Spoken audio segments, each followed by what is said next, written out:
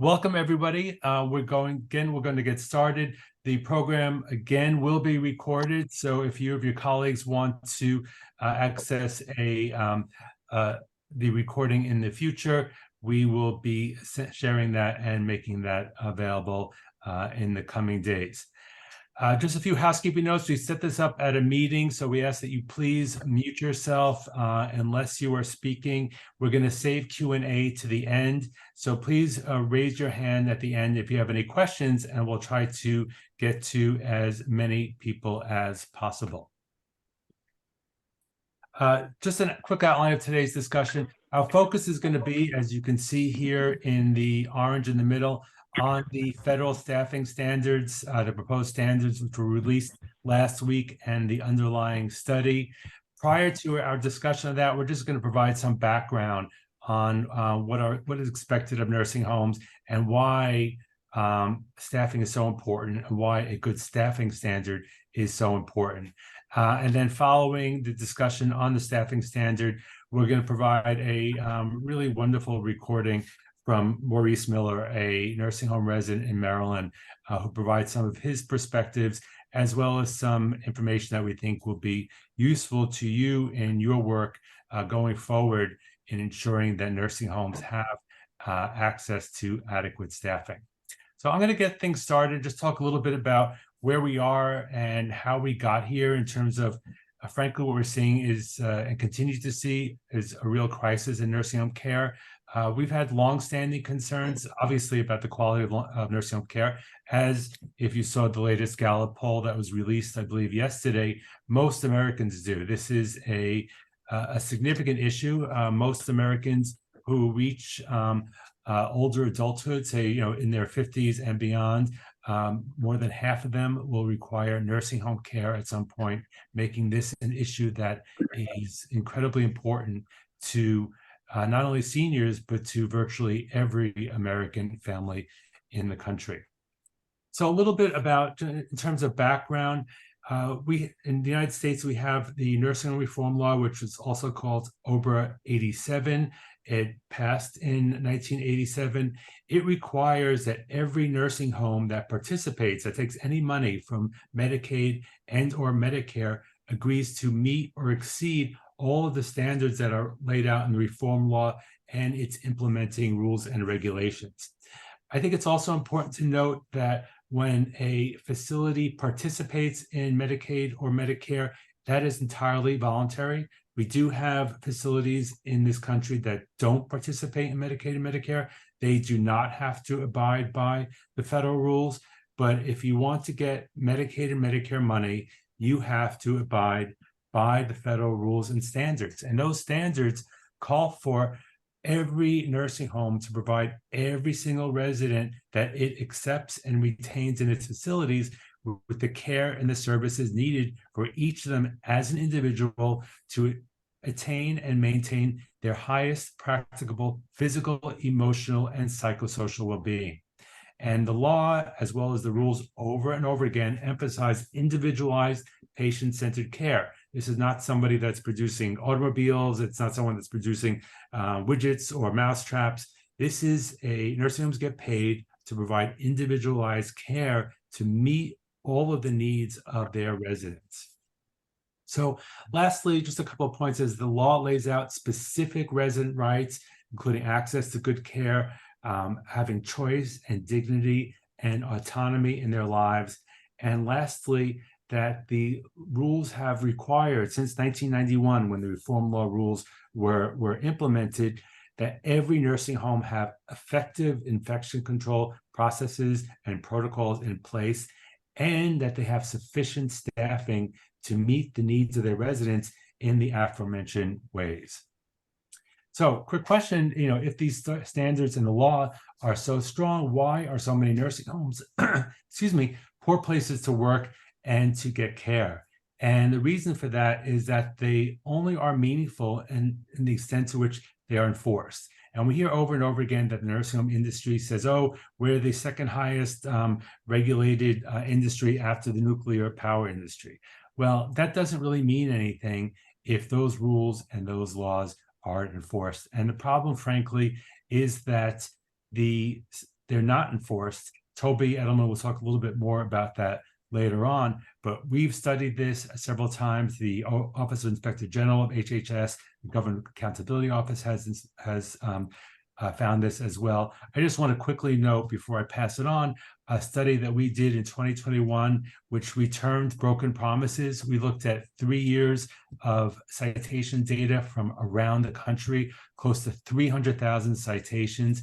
And what we found looking at those data is that 95% of citations for substandard care, abuse, or neglect are identified as not causing any harm to any single resident or putting any resident in immediate jeopardy.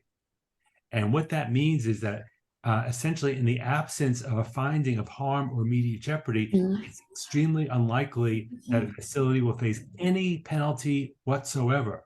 And so in turn, the message it sends to the industry is that they can provide that level of substandard care, that level of abuse and neglect, and still get paid and not face any penalty. Lastly, here we have some overview of the citations that we looked at, but the sufficient staffing accounted for only 1% of all citations. And we know, and hopefully you've heard from colleagues and constituents as well over the years, that nursing homes tend to be poorly staffed, but sufficient staffing only accounts for 1% of those citations. And even when it's cited, it's almost never identified as putting residents at risk, when we know research shows, anecdotes show that that's just not the case.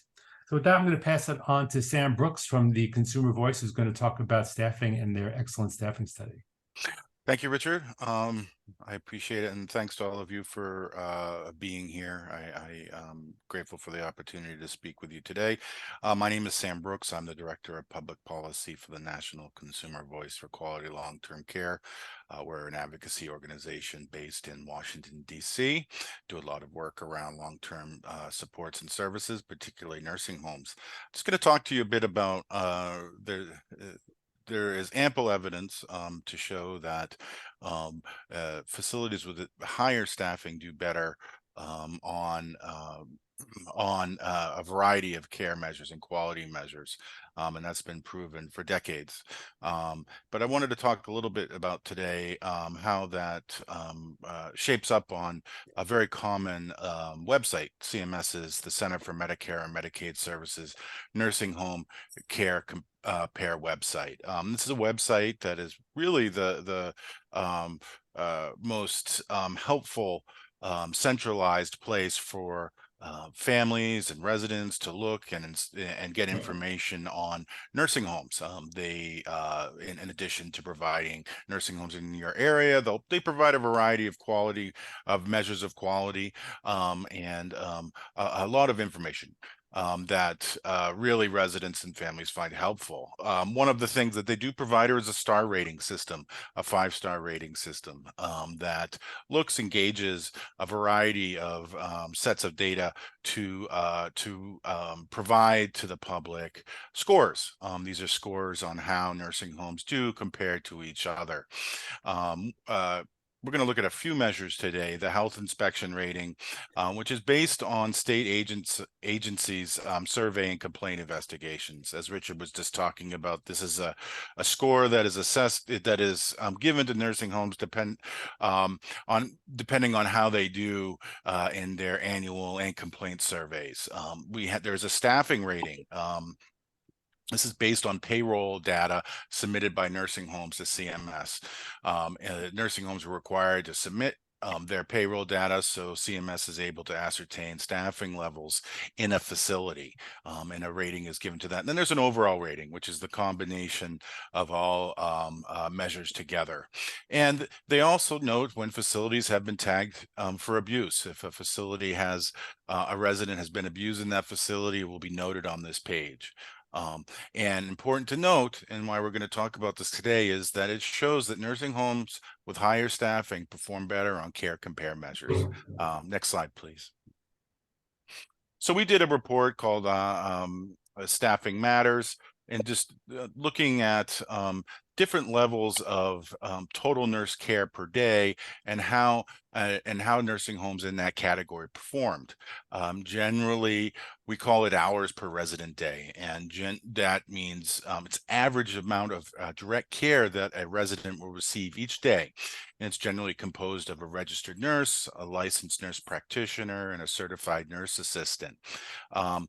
For years, really for over 20 years, the minimum standard, the minimum level has been seen, the gold standards have been seen as 4.1. CMS did a study, and this will be discussed later on, that found that residents need at least 4.1 hours of direct care per day in order to avoid compromised care. In other words, in order not to be placed at a risk of harm. So if you look here, we broke them down over the star ratings here. The ratings are on the bottom, and the staffing levels are on the y-axis, and you can see as the staffing is higher, they perform better in all measures. It's easy to understand why it might be better in the staffing rating, but if you look at overall rating, facilities that are staffing at that minimum or above are ranking almost 2 times higher than the lowest ranking nursing homes, and they perform better on health inspection ratings as well. So it plays out on the data that is on Care Compare. Next slide.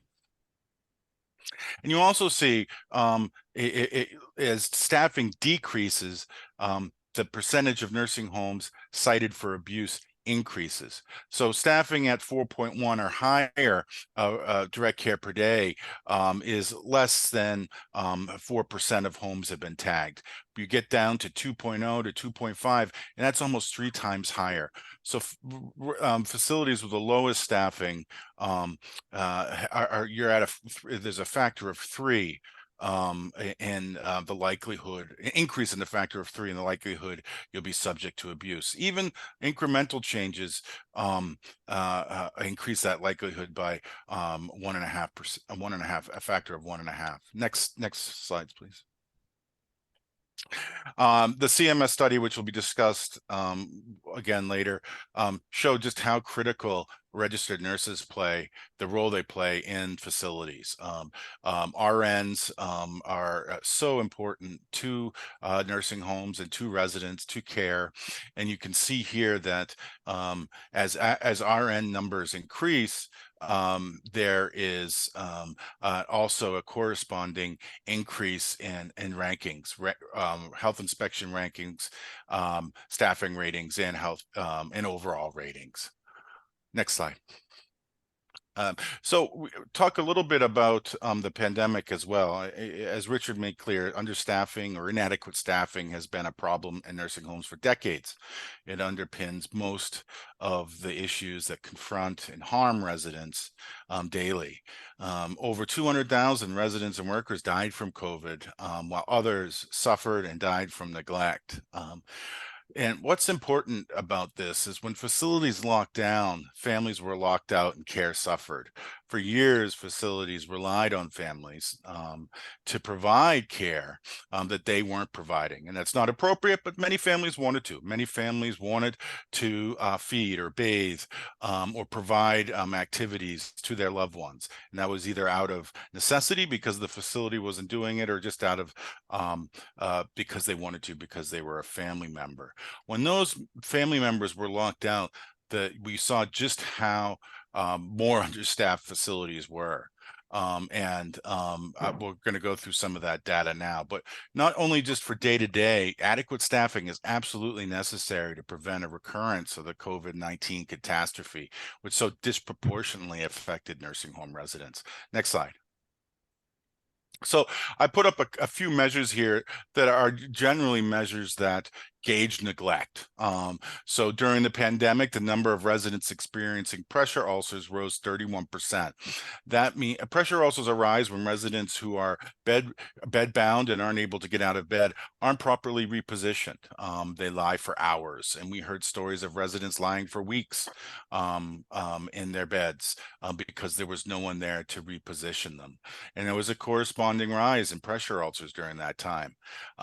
Residents experienced a significant significant increase in weight loss, which comes from not being fed and not getting the proper diet. And residents also, there was a significant increase in the percentage of residents receiving antipsychotic medications. And for those of you who don't know, antipsychotic medications have been a problem again for years. Antipsychotic medications are sometimes used to improperly sedate residents who have greater care needs, residents who require more one-on-one care, residents with cognitive problems. And these antipsychotics or other psychotropic medications are used to sedate them rather than to provide care, and that is illegal. Next slide, please. So this wanted to put this in context with some familiar measures. I'm going to pass it back to Richard now. Thanks, and thanks for the opportunity to speak with you. Thanks so much, Sam. I'm going to pass it on now to Toby Edelman with the Center for Medicare Advocacy, who's going to speak about some of the enforcement issues. Toby? Okay, thank you so much, Richard. I'll just speak very briefly about enforcement. Next slide, please. What CMS proposes in the proposed rule is to enforce the nurse staffing ratios through the existing survey and enforcement system. Sorry. Yeah. Oh, no. Oh, if you could please, thanks. Yeah, Toby, I'm sorry. That's okay. I think residents advocates are very concerned about using the survey and enforcement system in this way. We know that system is very tolerant of poor care.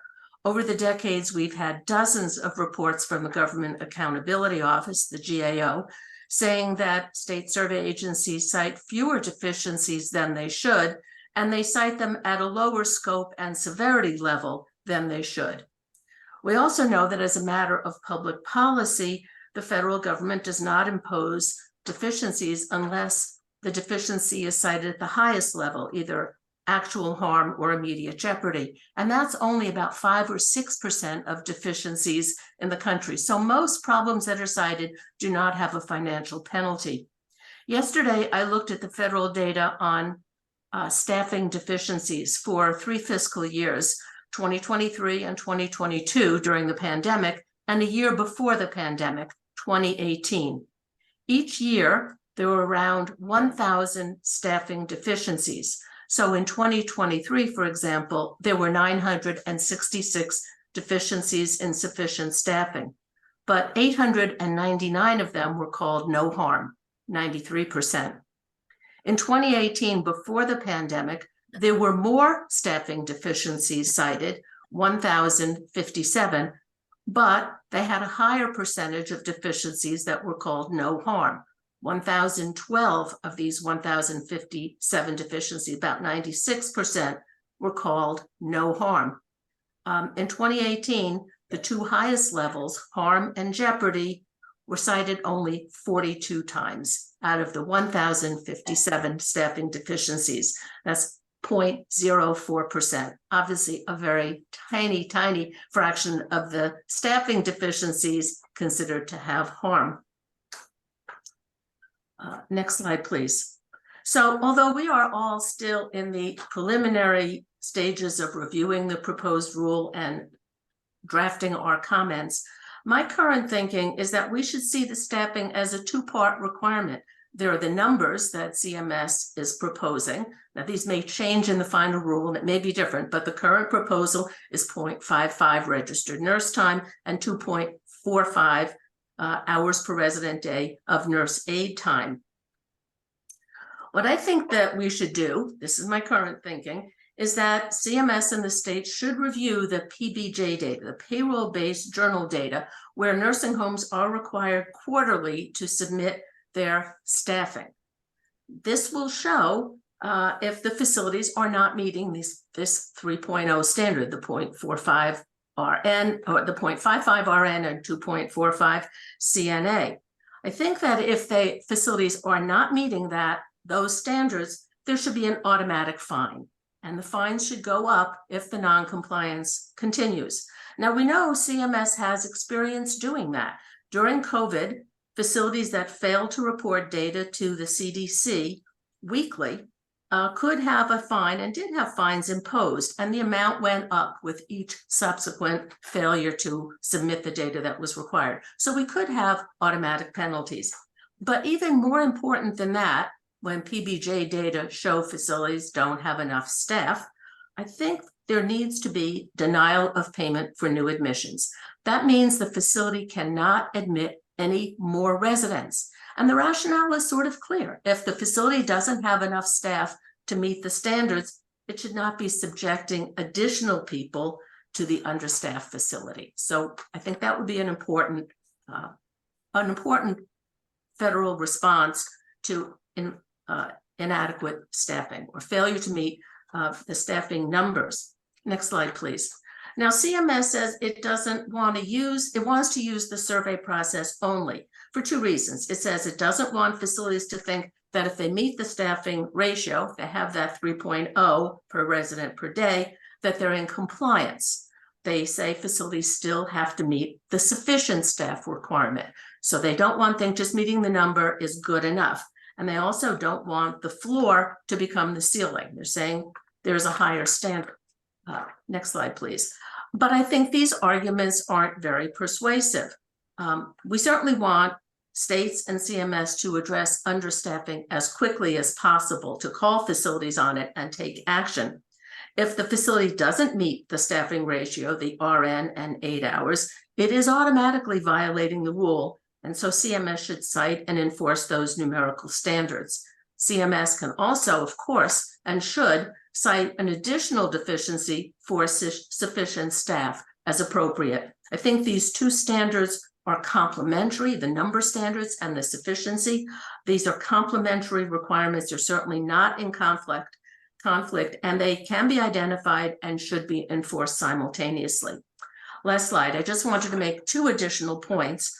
One thing the preamble says is that there is no preemption of higher state or local staffing standards. That means that state governments or localities could make a higher staffing standard than whatever CMS proposes. So that's an opportunity for us if the federal standard turns out to be inadequate. And secondly, CMS says in the preamble that it will continue to examine staffing thresholds and might revisit this issue in the future. I think what we should say in our comments is that we want a review at a designated date, say 2 years after implementation, some very firm date when CMS will revisit staffing and determine whether what they did was sufficient to make sure that each resident gets high quality of care. Thank you, Richard. Turn it back to you. Toby, thanks so much. Really appreciate that. Next, we're going to turn to Charlene Harrington, Professor Emerita at the University of California, San Francisco, who's going to talk about the minimum nurse staffing regulations and the proposed study. Thank you very much, Richard. Yes, as most everyone knows, CMS has been working on looking at minimum staffing regulations for a year and a half. And they came out with a proposed minimum staffing level right before Labor Day. But from a position of a nurse who's looked at these issues for almost 40 years, I think the regulations are extremely low and not at a level that's sufficient to protect the residents. But an important part of the regulations is a proposal for 24-hour per day registered nurse coverage instead of 8 hours. And that, of course, is very important and has been advocated by nursing organizations and advocates for over 20 years. So we're pleased with that. But the overall proposal only sets a minimum of 3.0 total nursing hours per resident day instead of the 4.1 that was recommended in CMS's study in 2001, over 20 years ago. It also proposes a 0.55 RN standard instead of the 0.75 RN minimum that was proposed 20 years ago for long stay residents. And it proposes a 2.4 nursing assistant hours per resident day. So although CMS and the government reviewed the research they ignored almost over 115 research studies that show the importance of staffing. And because there has been heavy lobbying by the nursing home industry against these regulations. Next slide. CMS ignored the fact that there was a simulation study done in 2016 that we consider the gold standard. And it found that there was 2.8 hours per resident day was needed for facilities with a low workload or low acuity residents, up to 3.6 hours per resident day for high acuity residents. So that translates into 1 nursing assistant for every 7 residents at a minimum on the day and evening shift. And overall, nursing homes had an average of 2.3 to 2.5 nursing hours across 5 workload percentiles. And so this study confirmed the 2001 study that showed the need for 2.8. So we believe that CMS should have set a minimum of 2.8 nursing hours for nursing assistants. Next slide, please. Okay, a group of nurses recently reviewed the time studies and simulation models and research, and we recommended to nursing homes how they can set their own staffing based on acuity. And our recommendations are for at least 0.75 RN hours and 2.5 total nursing hours, going up to almost 7 hours for the highest level of acuity. Next slide.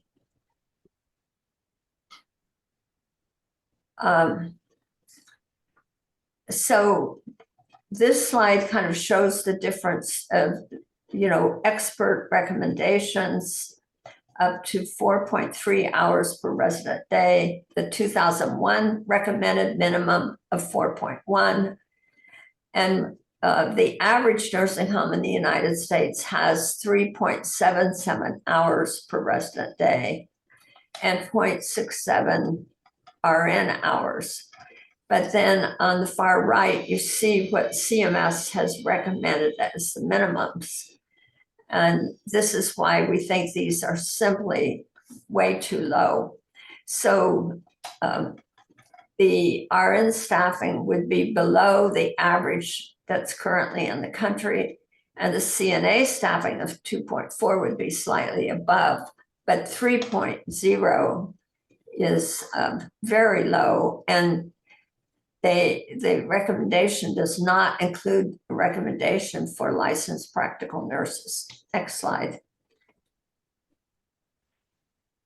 So licensed practical nurses are very important because they provide medications and treatments and supplement what RNs do. So setting a level of 0.55 for RNs is simply not enough to meet the care needs of residents.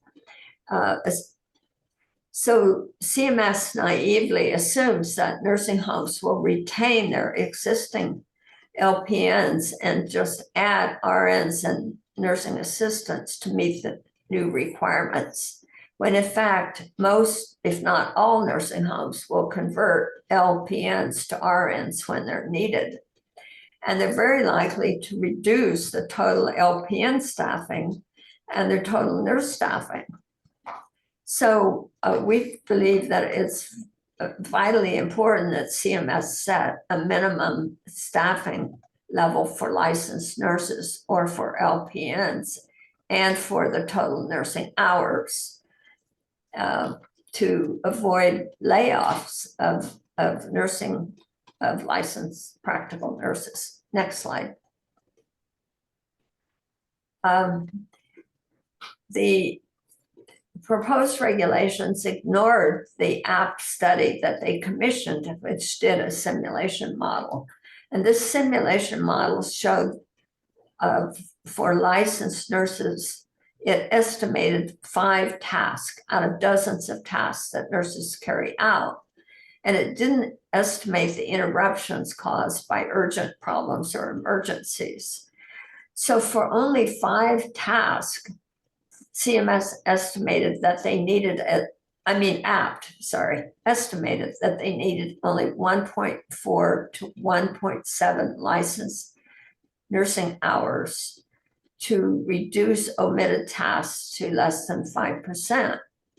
So this is good evidence that the licensed nursing hours must be much higher, and that it's not sufficient just to set a minimum RN requirement. Next slide. So if I just want to point out that if you add the estimates from the simulations for nursing assistants of 2.8 hours to the apt simulation estimates for licensed nursing hours, that would be at least 4.2 to 5.3 hours per resident day in total nursing. In addition, CMS proposed minimum staffing in their regulations to allow waivers and for different situations. And we think that this is really a faulty recommendation, that we're quite opposed to waivers for staffing. The staffing shortages are currently caused by heavy workloads and the low pay and benefits. And nursing homes are failing to pay the prevailing wages that hospitals pay for RNs. So they're not paying sufficient wages for entry-level nursing assistants that are because they're competing with many other jobs in the community. So waivers are very difficult to monitor, and they deflate the existing wage and benefit levels. And most important of all, they jeopardize the health and safety of residents. Next slide. CMS also proposes a long phase-in time period. And we feel there's absolutely no rationale for these long phase-in time periods. First of all, 78% of nursing homes already meet the 24-hour standard, and over half of the nursing homes meet the registered nurse standard, and about half meet the nursing assistant standard. So if they can meet it, why can't the other nursing homes meet the standard right now? And there's also, the apt study shows that the staffing levels, differences between rural and urban nursing homes literally is very small. And so there's no real rationale for allowing this long phase-in time period. Next slide.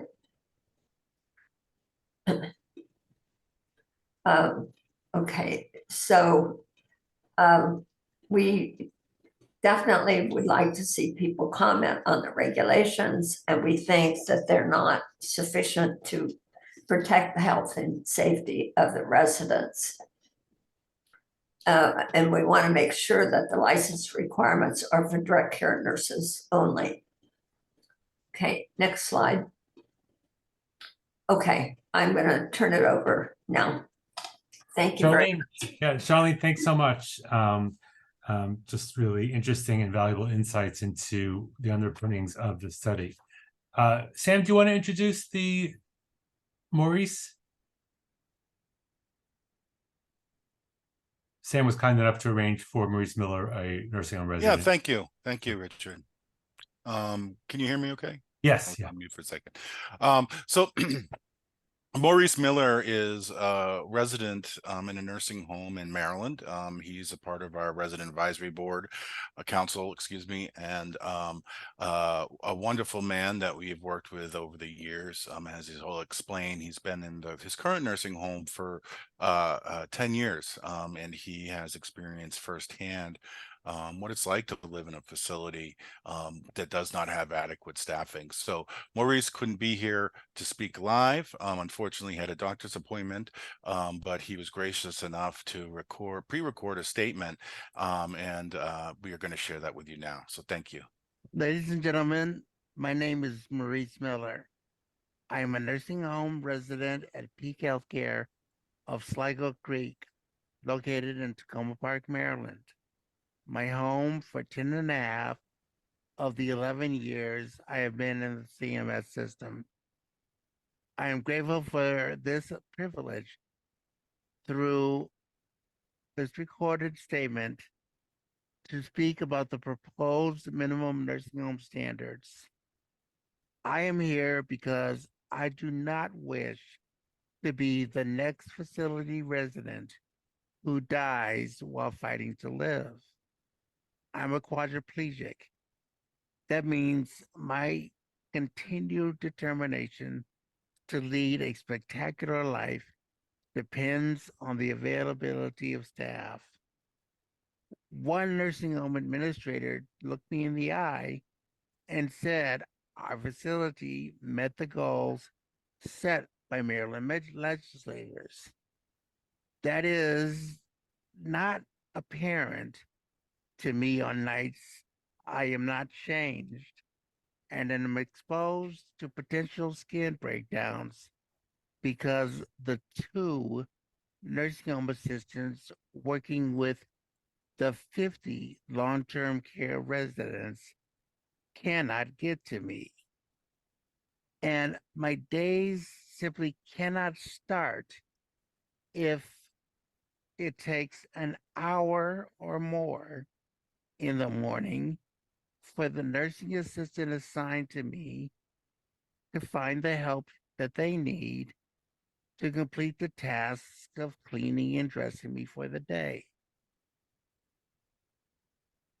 Periodically, Medicaid approves a set amount of time for the therapy department to work on my muscles, after which I am discharged to the certified nursing assistant for follow-up care. I don't get that care if the facility takes that assistant and assigns that person to come in earlier, to do temperature checks on the staff coming in during the day, or to escort other residents to their medical appointments. Finally, my laptop has helped prove it can take hours to get a nursing assistant to respond after we've pressed our emergency call button, just like we've claimed over and over again in resident council meetings and even to state surveyors. Recently, I immediately pressed my button after the device warned me it was about to shut down after running unplugged and on battery power up to its limits. The laptop recorded dutifully the time it shut down and the time a nursing assistant responded, plugged it in, and turned it on 3 hours later. I have noted repeatedly in our meetings at the resident council the likelihood residents have died during my time here after pressing the call button. And I know now to alter the rallying cry that came out of one of those meetings. No one else, including and especially me, will die while fighting to live. To me, for those considering my staffing needs, there is only one question, given the truths I've outlined.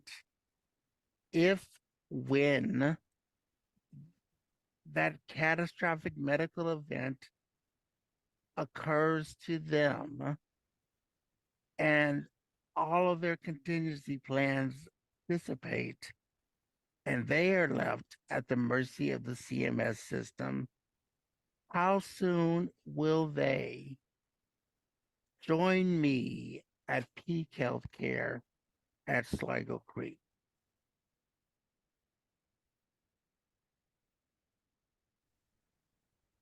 Sam, thank you again. And please, on behalf of all of us, thank Maurice for his for sharing what is going on with him and his perspectives. They're so valuable.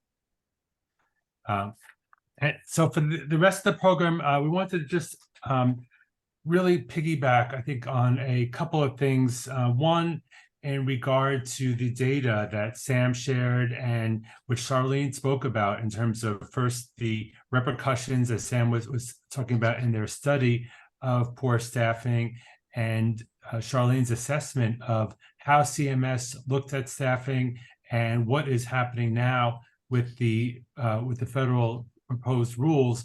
Is we wanted to provide people with some resources and information insights on what is going on in facilities in their states and in their communities. So on our website, we have a lot of data on nursing homes, including staffing rates, ratings, as Sam was talking about before, Amazon resources, and more on a state level. Here's just one example of nursing home staffing.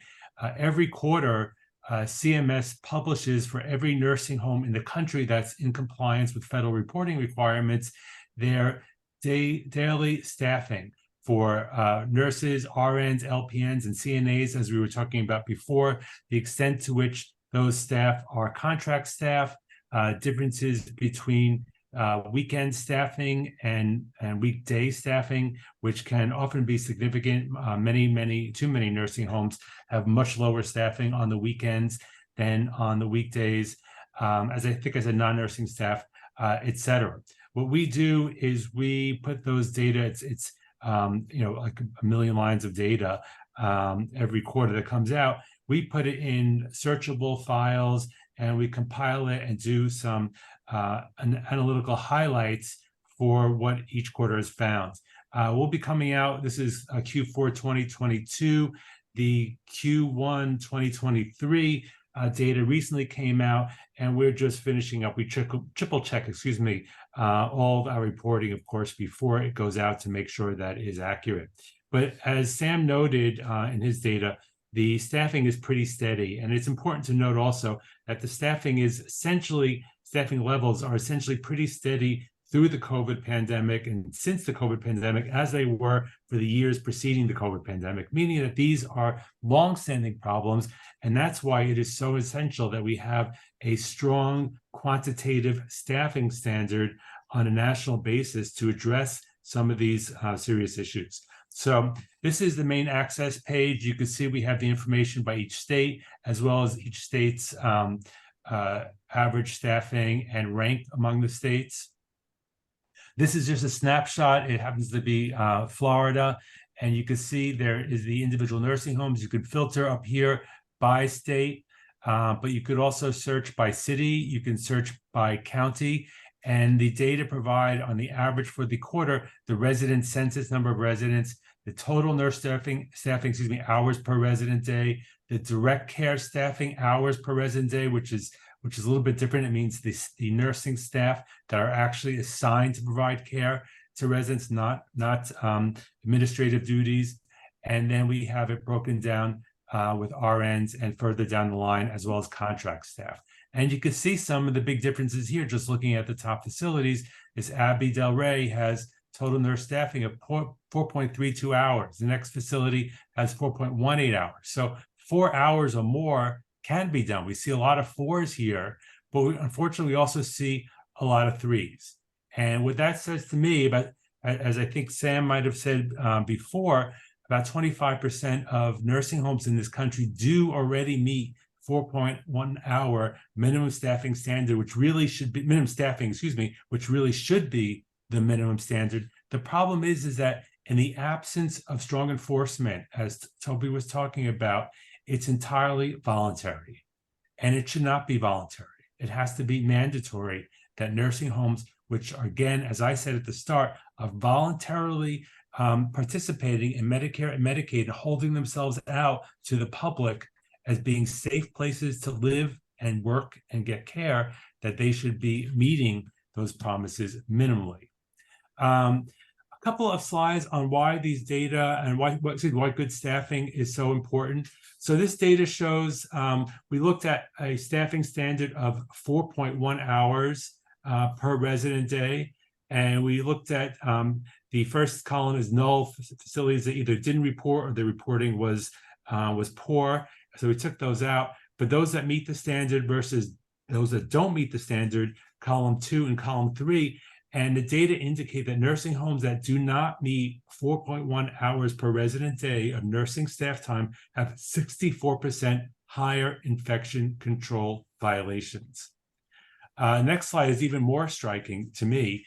This looks at the number of substantiated complaints, resident, family member, or long-term care ombudsman complaints to their state Department of Health or Department of Public Health that were substantiated. And substantiation is unfortunately very rare because of weaknesses in the survey system and the failure to really address and, to adequately investigate and address care issues that are brought to the attention of the state agency. So even here, we're looking at substantiated complaints, which is a very high bar. We found that facilities that meet the standard versus those that do not meet the standard, at 4.1 hours per resident day, nursing homes who do not meet that standard have an 86% higher rate of substantiated complaints. So that 4.1 is really a baseline minimum below which it is pretty clear, as a 2001 study found, that nursing homes are at significant risk for harm. A couple of snapshots I just wanted to show, especially for our friends and colleagues in Congress. We are able to bring these data down to the congressional district level. So this is a snapshot of Massachusetts, looking at the extent to which facilities fall in each district in respect to their overall rating. And as you can see here, just I note on the side, darker colors indicates that there are more facilities in the category. So if you look here at the bottom, Massachusetts 9th district, and we could actually also provide this by the names of the congressperson, they have a very high percentage, a dark blue, of facilities at the bottom, at the lowest, the 1-star rating, and lighter color, higher at the 4 and 5-star rating, whereas you see some other disparities along the way. Also took a quick snapshot of the Massachusetts as a state, looking at facilities that met or did not meet the 0.55 per hour per day RN staffing standard that is called for in the CMS proposed rule. The blue dots indicate meeting the RN standard. The pink red dots indicate that they did not meet the standard. And again, we can drill this down for you on a facility basis, as you can see here, on a state basis, on a county basis, as well as by a congressional district basis. Just very quickly, the same thing for Kansas. Some of these are even a bit more striking. And here is the map of Kansas as well. So if you're interested in more information and some insights and working through some of those data for your congressional district or for your state, please email me, richard@ltccc.org, or visit our website, nursinghome411.org, for some of the data I mentioned previously. And then lastly, I wanted to, you've alluded to this a little bit over the course of the program, but kind of talk more specifically about separating some of the fact from some of the fiction about the extent to which nursing homes can actually implement safe staffing. So myth number one, and nursing homes have been saying this, they're saying this very loudly since President Biden announced that he was going to implement a rule to safeguard residents. But nursing homes have been saying this since the 70s and the 80s, since actually for-profit nursing homes started coming into the sector with the advent of Medicaid and Medicare payment. They've been saying from the start that they don't get paid enough to provide good care. The fact of the matter is, I mean, most facilities and increasing numbers of facilities are run by for-profits. Years ago, most facilities were not for profit. It was only until Medicare and Medicaid started paying for nursing home care that we saw for-profits going into the sector.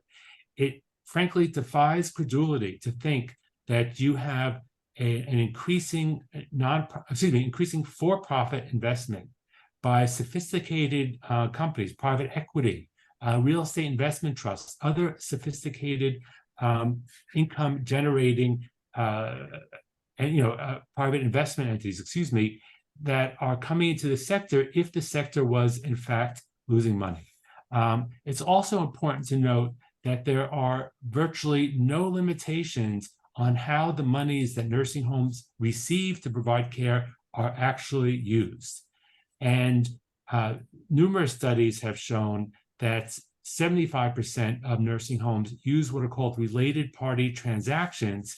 Related party transactions means that if you are the nursing home owner, that you, for instance, sell the underlying property to another company that you yourself own and then charge yourself rent.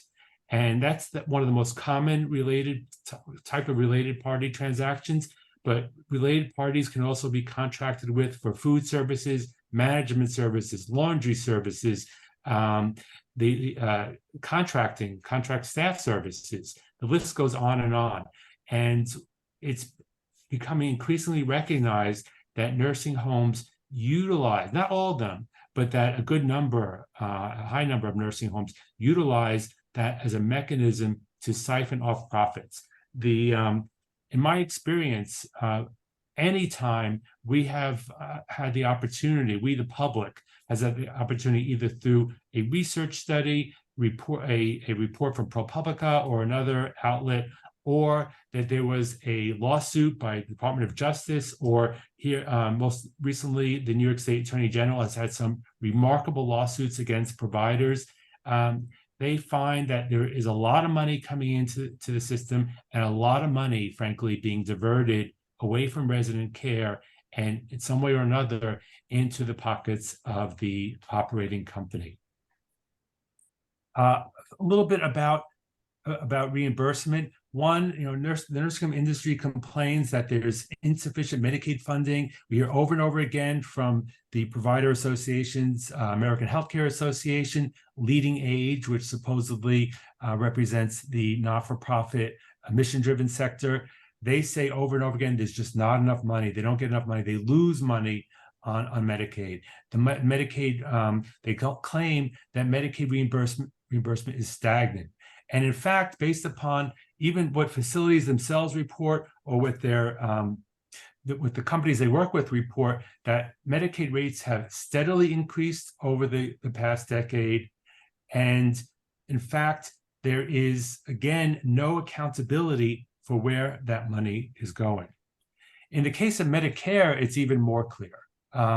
Medicare, the average marginal profit rate for Medicare nursing home patients in 2021 was over 17%, and the profit rate for Medicare patients has been double-digit for over 20 years. And these profit margins do not take into account profits that are hidden in costs, in related party transactions or bloated administrative costs. I just wanted to mention before we close that money's not the problem. And it was, I think, the most striking study that I ever read, or report that I've read in my career, was a 2014 report here by the Office of Inspector General for HHS, Adverse Events in Skilled Nursing Facilities, National Incidence Among Medicare Beneficiaries.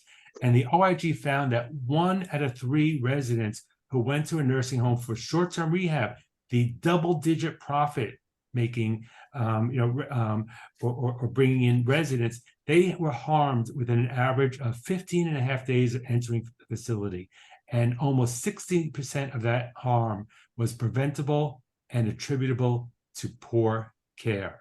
So money is not the problem. Even when facilities admit themselves that they are making double-digit profits, they still are not able, without having a serious, meaningful, quantitative requirement in regard to staffing, they're just not willing to put that money and the resources into the staff that they need. And lastly, the myth that nursing homes can't hire more staff. The fact of the matter is, and I think Toby or Sam, I apologize, I don't remember who said this before, is that nursing homes pay far below, I think it was Toby, pay far below what comparable payment is available to nurses in hospitals. They pay far below what is the entry level for someone who's going to be a CNA. Why be a CNA at a lower pay rate when you could work at McDonald's or as a greeter at Walmart, et cetera? And the fact of the matter is, and this has been around, this has been the case, for many, many years, is that nursing homes have enormous turnover rates. And the problem isn't that they can't find nursing staff to hire. It's the fact that they refuse to put together the compensation, the basic safety, and the dignity of work that keeps someone in the nursing home. And in any case, I think as Toby kind of implied before, nursing homes are not warehouses. They should not be allowed to continue to take in new residents when they clearly don't have enough staff to meet their needs. So please, just a little bit about Nursing Home 411, where you can find our resources. And then we're going to open it up for Q&A for the last 5 minutes or so. If you have a question, please raise your hand. And I'll try to also look at the chat while we're doing that.